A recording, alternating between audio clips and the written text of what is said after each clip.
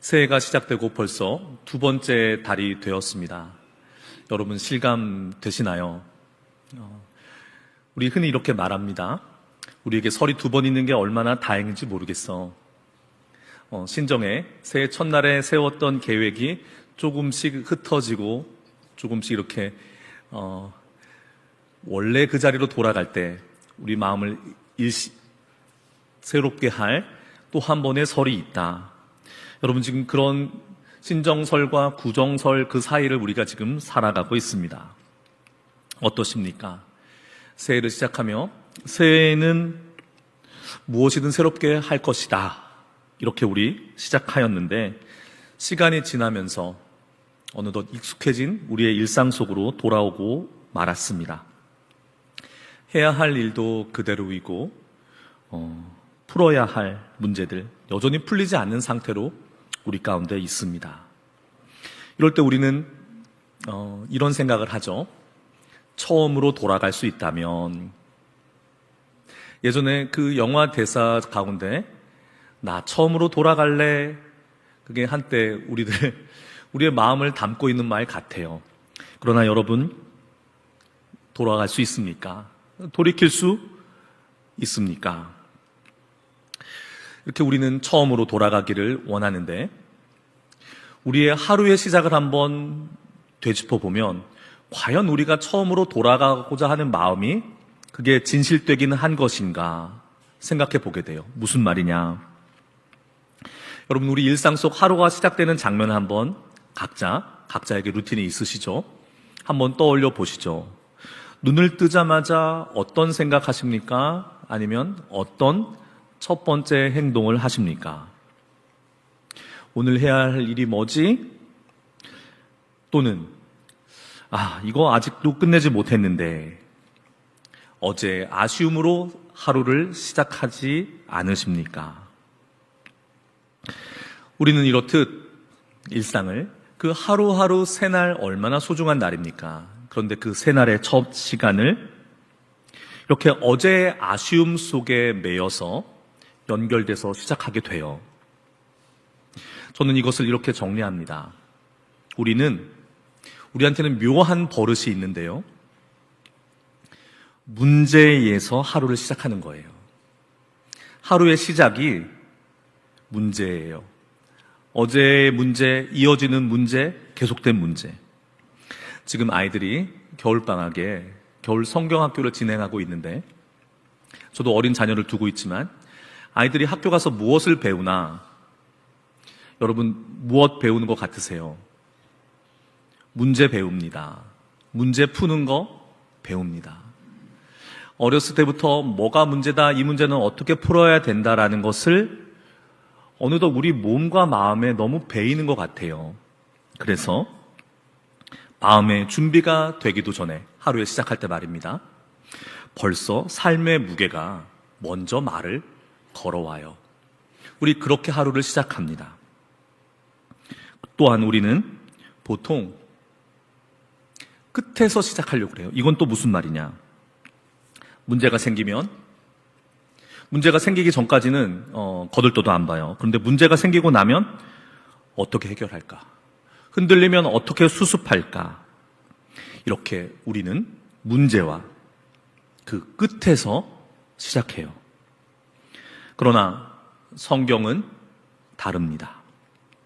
성경은 우리를 가장 멀리 데려갔다가 가장 깊은 자리에 내려놓는데 오늘 요한복음이 우리가 봉독한 말씀이 어떻게 시작되었습니까? 태초에 말씀이 계시니라. 요한복음은 우리와 달리 문제로 시작하지 않습니다. 요한복음은 사람의 이야기로 시작하지도 않아요. 요한복음은 시작을 다만 이렇게 선포할 뿐입니다. 태초에 말씀이 계시니라. 여러분, 요한복음은 우리에게 전혀 다른, 아주 다른 시작을 이렇게 보여주고 있어요. 오늘 본문은 우리에게 아주 다른 질문을 던집니다. 지금 너는 어디서부터 인생을 시작하고 있느냐? 이 주제를 가지고 오늘 말씀의 은혜를 좀 나누려고 합니다. 2월의 첫 예배, 귀한 예배에 나오신 여러분을 축복해요. 그런데 오늘 우리의 예배가 새로운 은혜 속에 새로운 다짐을, 각오를 다지는 시간 필요합니다. 그러나 저는 오늘 우리의 예배가 다시 시작해 하신 하나님께서 그 시작하게 하는 자리를 옮기는 시간 되기를 원해요. 그렇게 축복합니다. 문제에서 시작하는 것이 아니라 태초에 말씀이 계시니라 말씀에서 시작하기를 원합니다.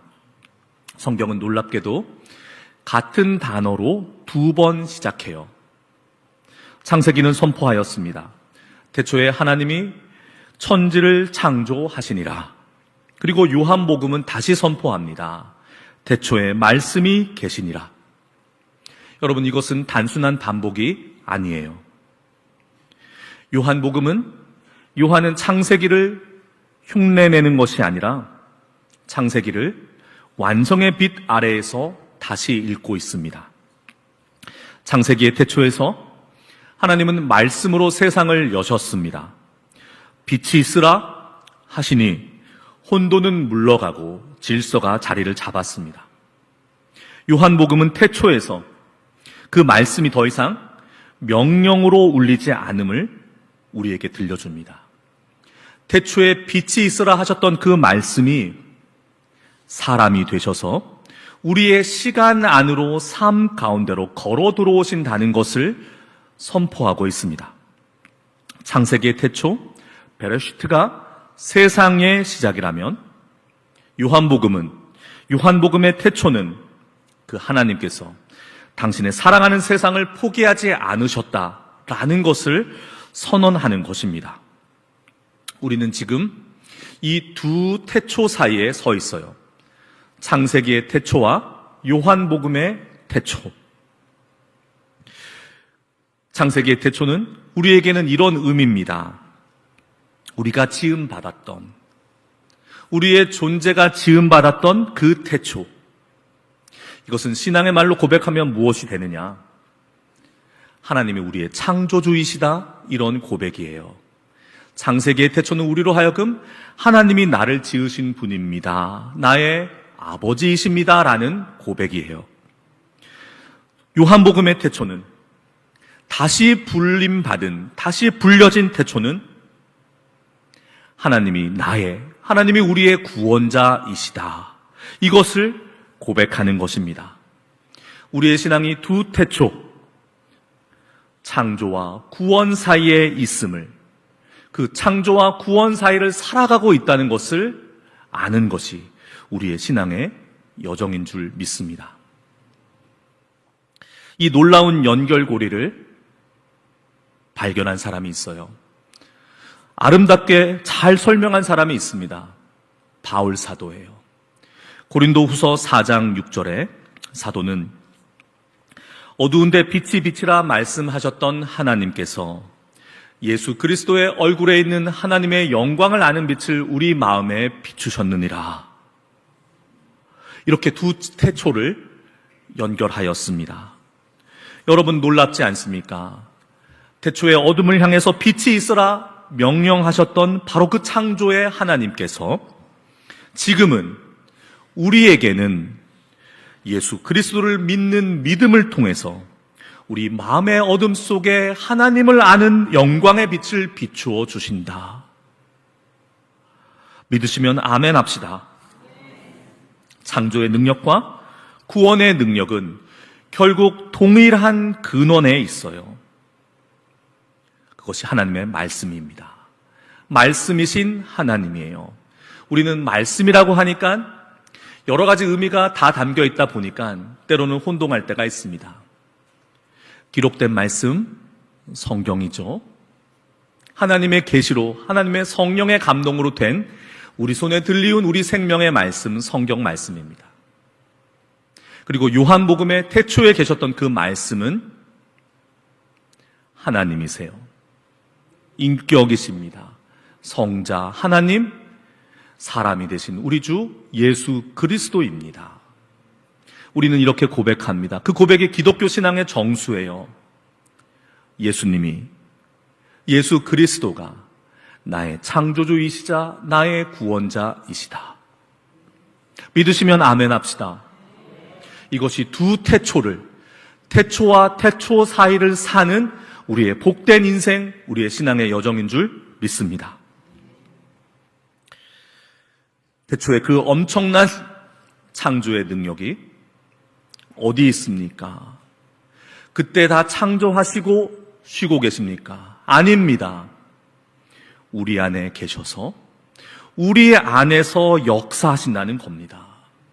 그 창조의 놀라운 능력이 지금도 말씀을 통해서 바로 우리 안에서 일하고 있다.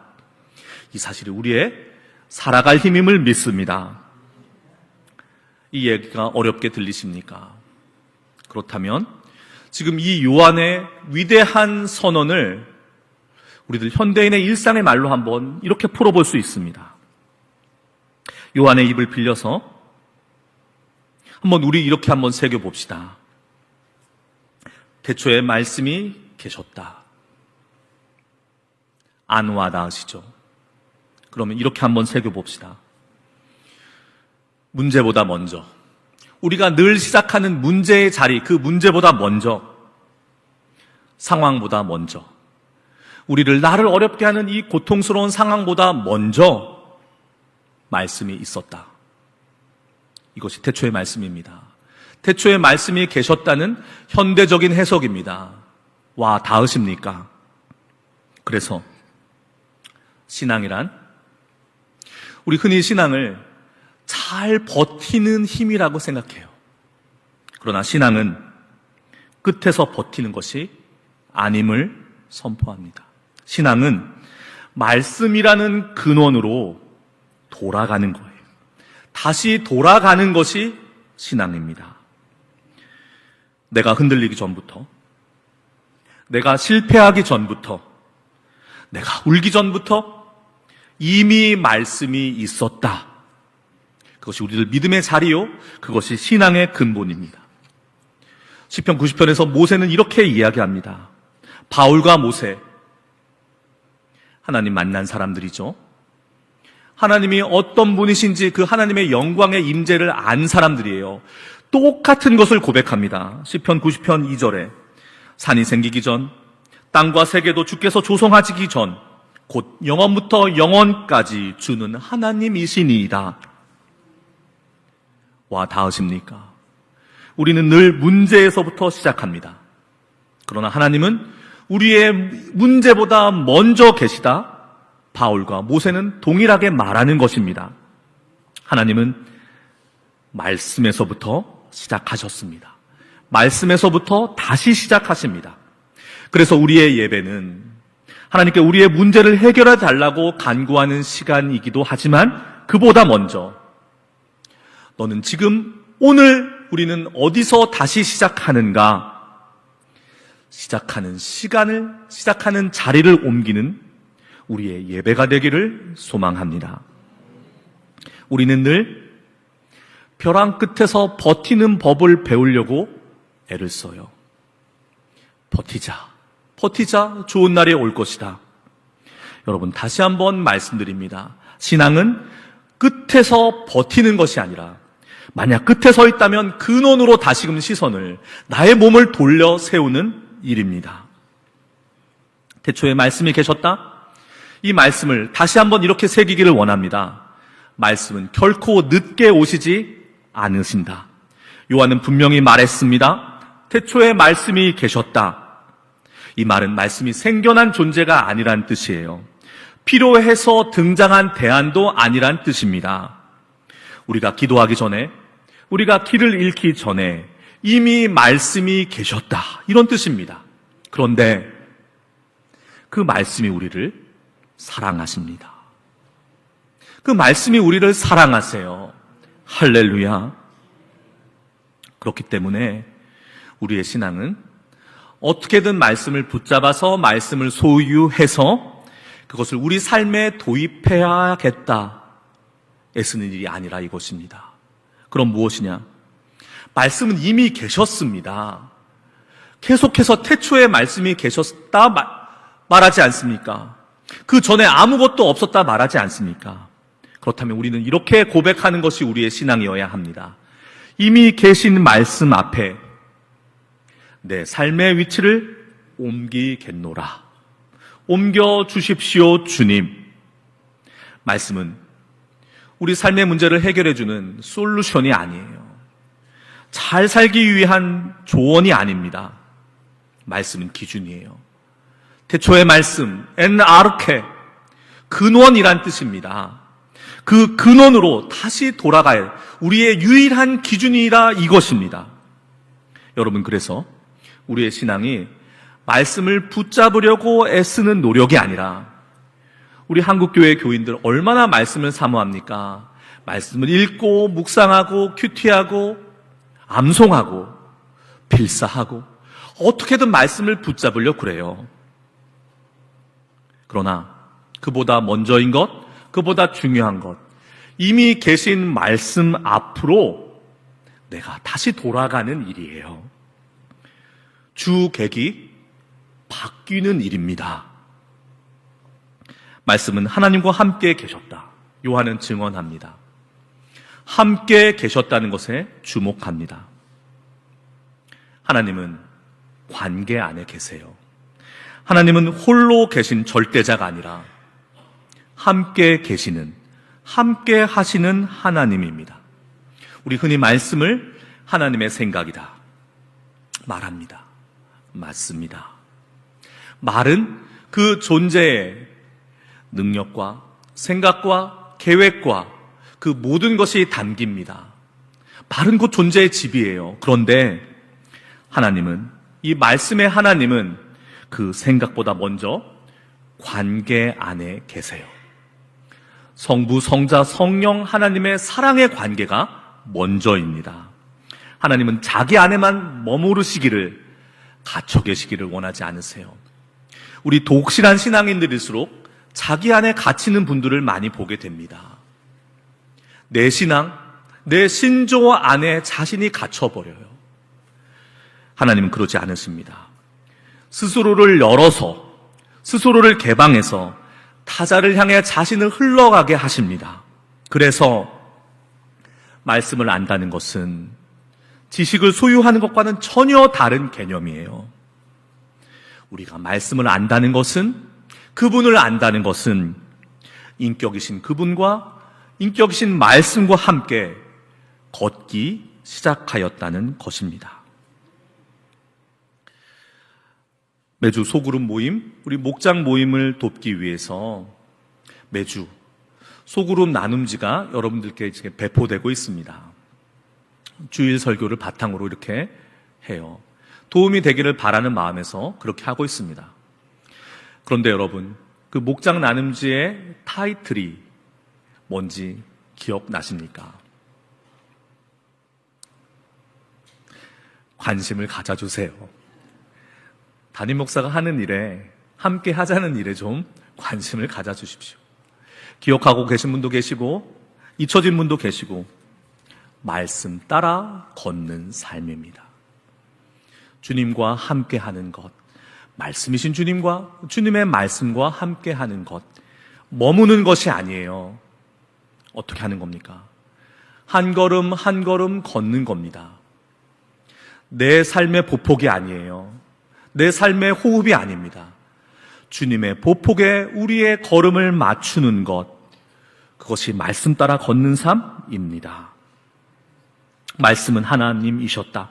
요한은 한 발 더 나아가요. 말씀은 하나님을 설명하는 수단이 아닙니다.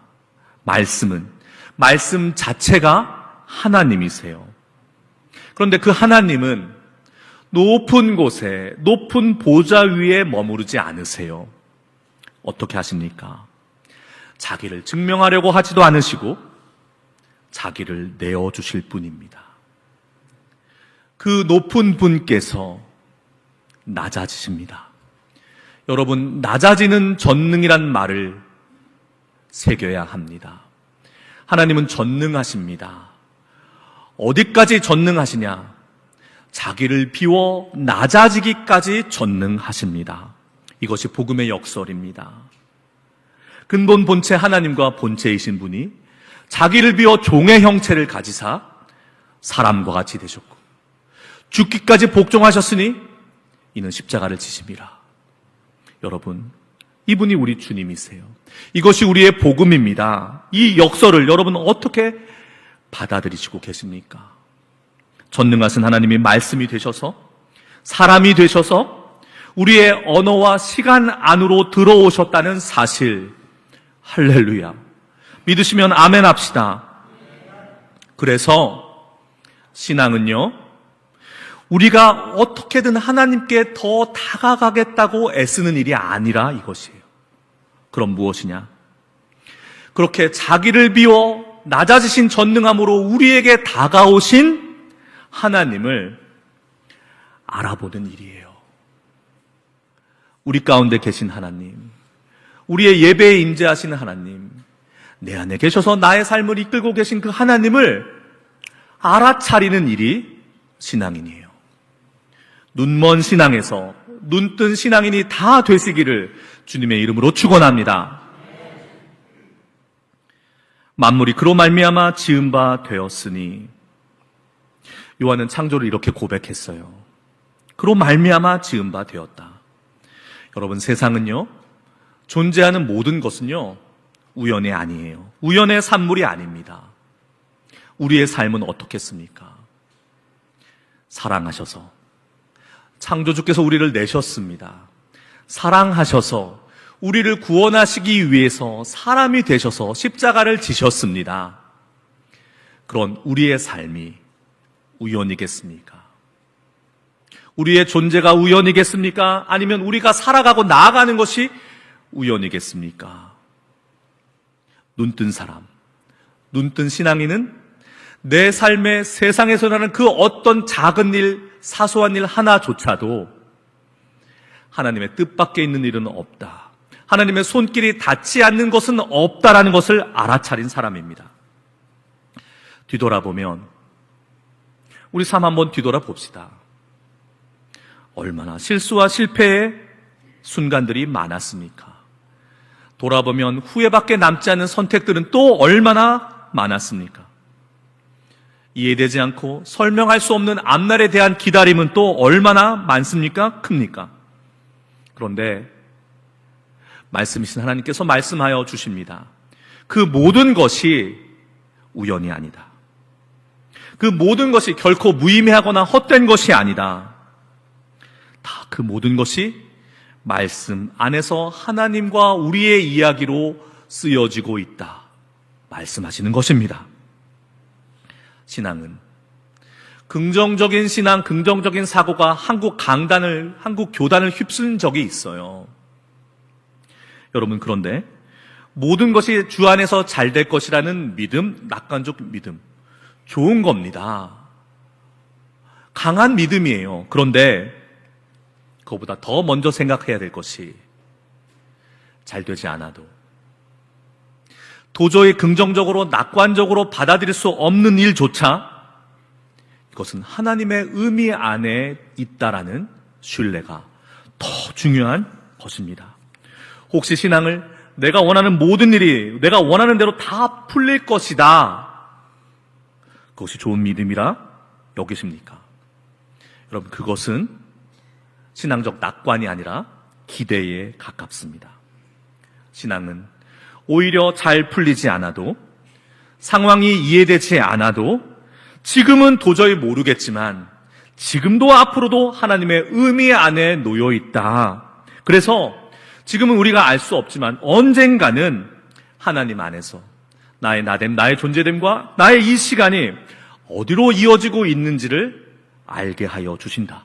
우리로 보게 하여 주신다. 그것이 신앙이요, 그것이 신뢰입니다. 그 안에 생명이 있었느니, 요한은 말합니다. 말씀 안에는 생명이 있습니다. 생명은 말씀의 부속품이 아니에요. 말씀 안에 생명이 있는 겁니다. 그래서 말씀과 멀어지면 우리들 인생이, 신앙이 시들게 되는 것입니다. 생명력을 잃게 되는 것입니다. 신앙의 형식은 남아있어도 살아있는 숨결이 사라지는 것입니다. 여러분, 말씀은 우리를 얽어매는, 우리를 바쁘게 하는 규칙이 아니에요. 우리를 살게 하는 아르케, 근원입니다. 여러분, 말씀이 힘드십니까? 말씀대로 사는 것이 고단하십니까? 말씀 안에 있는 생명을 다시 만나시기를 축원합니다. 지친 영혼이, 우리의 지친 영혼이 다시 숨을 쉬는 자리, 길을 잃은 우리 마음이 다시금 방향을 회복하는 자리, 어디에 있습니까? 말씀, 그 말씀 안에 있는 생명에 있습니다. 말씀 없는 신앙, 점점 힘들어만 갑니다. 왜 이렇게 신앙생활이 고단하고 기쁨이 사라질까? 말씀이 없기 때문이에요. 여러분, 다시 한번 당부드립니다. 억지로 참는 것, 신앙 아니에요. 의무처럼 예배하고 버티면 된다는 신앙, 참 신앙이 아닙니다. 우리의 신앙은 이런 신앙 되기를 소망합니다. 말씀이 가까워져서 점점 가까워질수록 내 안에 생명이 살아나는 신앙. 신앙은 다시 사는 것입니다. 숨을 쉬게 되고 마음이 조금이라도 가벼워지고 다시 걸을 힘이 생기는 것, 그것이 신앙입니다. 신앙은 참아내는 것이 아니라 살아내는 것입니다. 마지막으로 요한은 말합니다.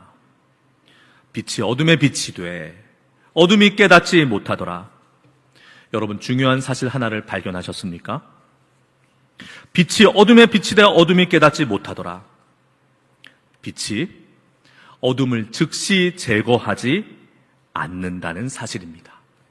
창조의 하나님께서 태초에 천지를 창조하시며 왜 어둠을 남겨두셨을까요? 그 전능하신 분께서.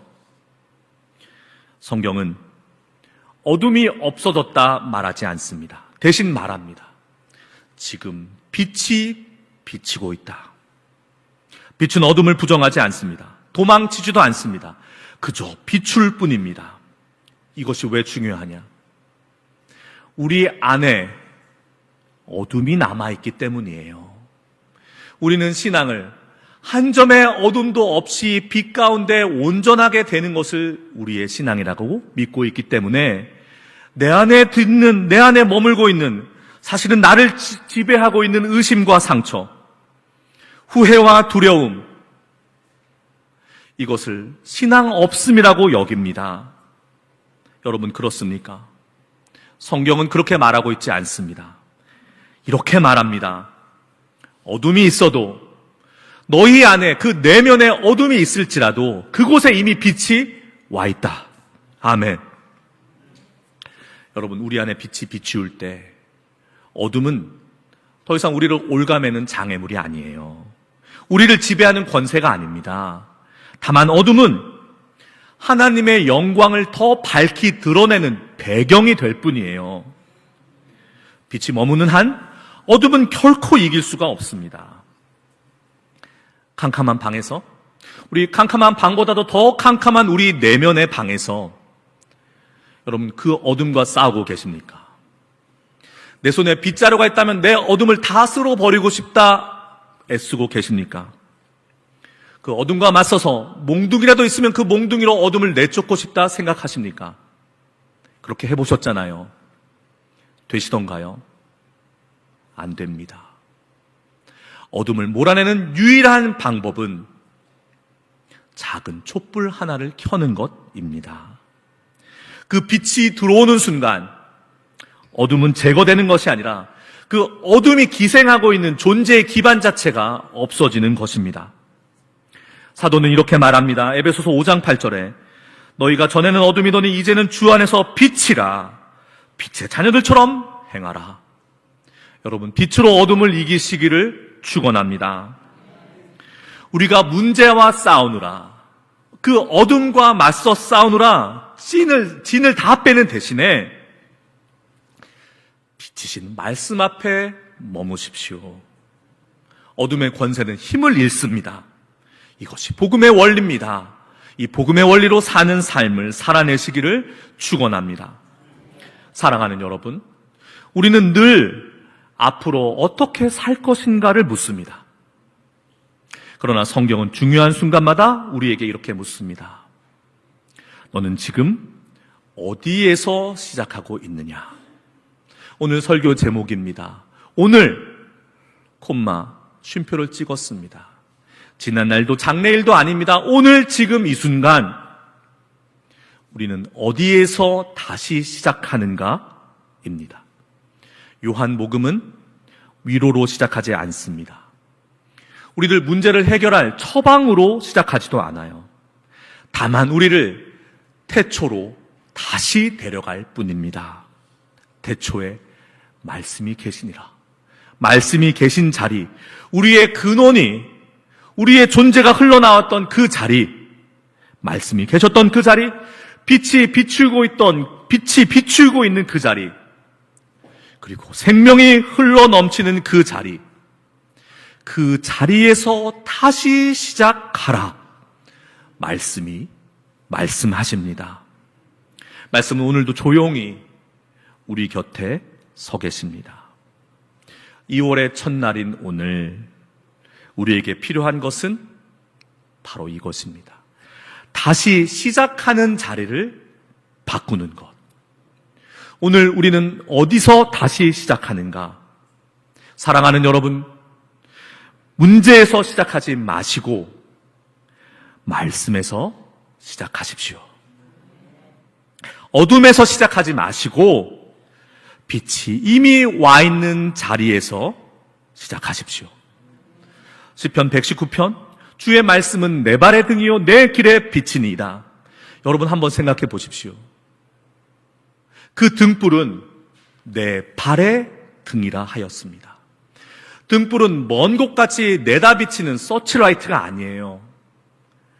단지 내가 딛고 있는 자리와 다음 디딜 자리, 그 한 자리만을 비추는 등불입니다.